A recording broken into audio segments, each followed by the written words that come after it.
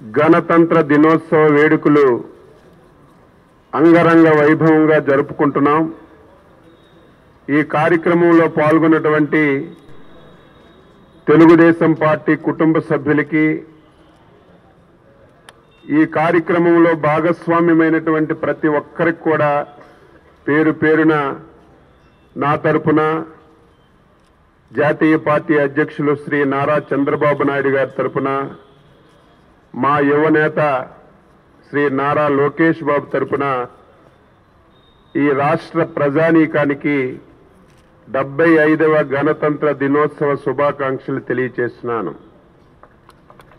ఈరోజు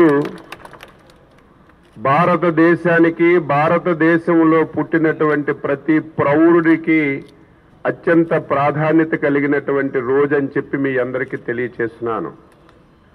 మనకి స్వాతంత్రం వచ్చినా సరే మన పరిపాలన మనం ప్రారంభించుకున్నటువంటి రోజు ఇది.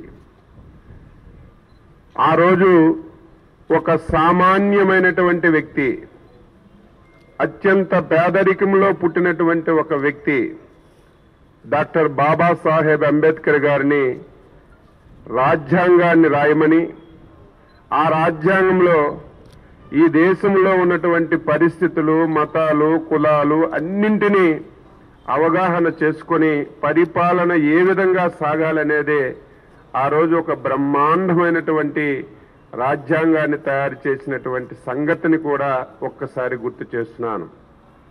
చాలా మంది పెద్దలు చాలా సందర్భాల్లో చెప్తారు, రాజ్యాంగం ఎంత చెడ్డదైనా సరే అమలు చేసినటువంటి వ్యక్తి మంచివాడైతే రాజ్యాంగం చక్కగా ముందుకెళ్తుందని చెప్పి, పరిపాలన చక్కగా ముందుకెళ్తుందని.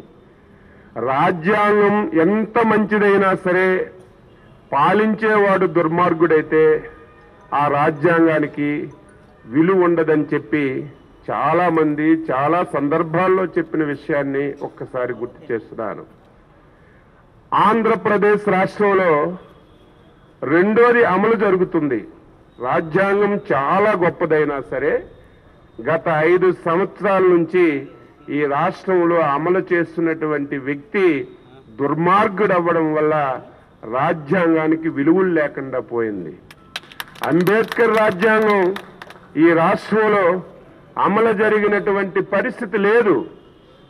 సొంత రాజ్యాంగాన్ని, రాజారెడ్డి రాజ్యాంగాన్ని సొంతంగా తయారు చేసుకుని ఈ రాష్ట్ర ప్రజానీకం మీద 5 సంవత్సరాలుగా ఏదో ఒక కులమైతే బాధపడొచ్చు, ఒక మతమైతే బాధపడొచ్చు, ఒక ప్రాంతమైతే బాధపడొచ్చు, ఒక వ్యక్తి అయితే బాధపడొచ్చు, ఒక దుర్మార్గమైనటువంటి వ్యక్తి చేతుల్లోకి ఈరోజు పాలన వెళ్ళడం వల్ల, సొంత రాజ్యాంగాన్ని అమలు చేయడం వల్ల ఆంధ్రప్రదేశ్లో 5 కోట్ల మంది ఈరోజు ఇబ్బందులు పడుతున్న విషయాన్ని ఈ సందర్భంగా గుర్తు చేస్తూ, తెలుగు ప్రజలారా, ఆంధ్రదేశ ప్రజలారా, మళ్ళీ ఆంధ్రప్రదేశ్ రాష్ట్రంలో డాక్టర్ బిఆర్ అంబేద్కర్ రాసినటువంటి రాజ్యాంగాన్ని ప్రతి ఒక్క వ్యక్తి పొందాలంటే, ఆ రాజ్యాంగాన్ని ఈ రాష్ట్రంలో ఎటువంటి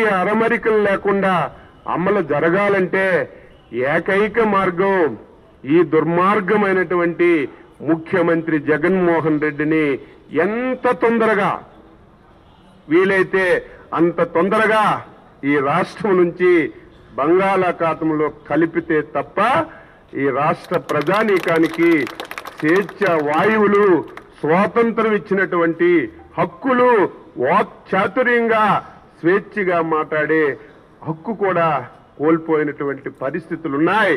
అందుకే ప్రజలందరూ కూడా ఆలోచన చేయమని ఈ సందర్భంగా పార్టీ తరఫున కోరుతూ, మరొకసారి దేశ విదేశాల్లో ఉన్న తెలుగు వారికి, ఈ రాష్ట్ర ప్రజానీకానికి రాష్ట్ర తెలుగుదేశం పార్టీ తరఫున మరొకసారి 75వ గణతంత్ర దినోత్సవ వేడుకలు తెలియజేస్తూ అందరికీ నమస్కారం. జై హింద్.